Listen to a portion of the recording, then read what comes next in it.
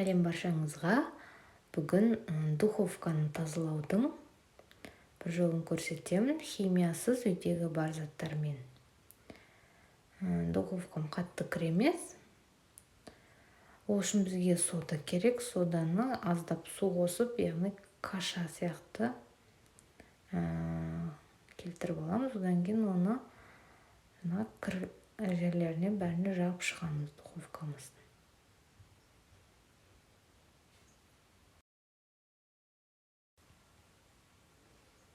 Шет-шеттеріне, яғни кіршелердің бәріне жағамыз.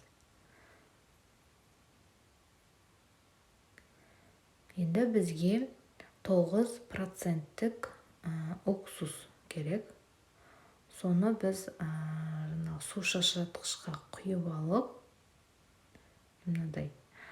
И соған соданың үстіне шашыратып шығамыз.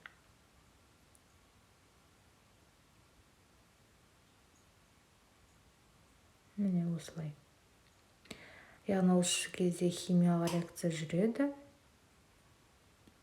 Сосын біз оны аздап губканы, міне көріп тұрғандарыңыздай. Одан кейін оны губканың көмегімен ысып оңай кетіре аламыз. Егер қатты кірленген жер болса, тағы да осы процесті қайталайсыздар.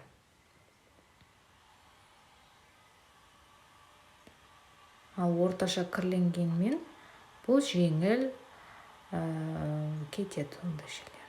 Одан кейін міндетті түрде жақсылап 1-2 қайтара сумен шайып алыңыздар. Одан кейін құрғатып, сосын дайын болады. Тап-таза болды.